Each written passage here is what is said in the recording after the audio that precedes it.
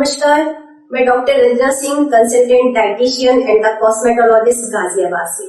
आप लोग सोचते होंगे कि जापान के लोग इतना यंग और इतना एनर्जेटिक कैसे होते हैं, क्योंकि वो अपनी सेहत में एक राज को ऐड करके रखते हैं और उसका नाम है कोएंजाइम Q10। जी हाँ, यही उनकी हेल्थ का एक सबसे बेसिक पिलर होता है, जबकि हम इंडियंस लोग सिर्फ कार्बोहाइड्रेट और प्रोटीन और फैट की कैलकुलेशन तक ही जाकर के सीमित हो जाते हैं। बात करते हैं आखिर ये कोएंजाइम Q10 है क्या। देखिए, हमारा शरीर बहुत सारी सेल्स से मिलकर के बना होता है। इस सेल्स में माइटोकॉन्ड्रिया होते हैं और माइटोकॉन्ड्रिया को सेल्स का पावर हाउस के नाम से जाना जाता है, जिसमें कोएंजाइम Q10 खुद से जनरेट होता है। ये हमारी बॉडी खुद बनाती है।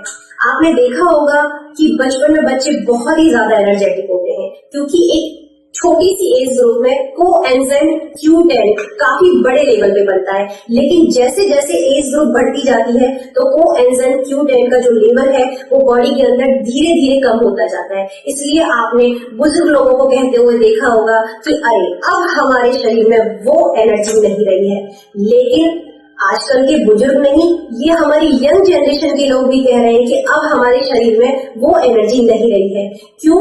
क्योंकि कोएंजाइम Q10 एक तो स्ट्रेस लेवल की वजह से, एक डाइट को हम प्रॉपर वे में नहीं ले पाते हैं उसकी वजह से कोएंजाइम Q10 एक जल्दी एज ग्रुप में बढ़ना कम हो गया है। तो इसलिए आज से ही कोएंजाइम Q10 को हम अपने डेली रूटीन में शामिल करते हैं। खाना खाने के 1 घंटे के बाद और रात में डिनर करने के 1 घंटे के बाद ये कोएंजाइम Q10 लेना चाहिए। बात करते हैं कि कोएंजाइम Q10 लेना किन किन लोगों को चाहिए। सबसे पहली बात, कोएंजाइम Q10 यह एक एनर्जी बूस्टर का काम करता है। तो जो लोग जिम जाते हैं, एक्सरसाइज करते हैं, उनके लिए एक नेचुरल सोर्स है, एक सप्लीमेंट है Q10 का। सेकेंड पॉइंट, डायबिटिक पेशेंट्स को आपने कई बार देखा होगा कहते हुए कि पैरों में बहुत ज्यादा झंझनाहट हो रही है, बॉडी में वीकनेस आ रही है। इसकी वजह से Q10 उनकी बॉडी की वीकनेस को कम करता है।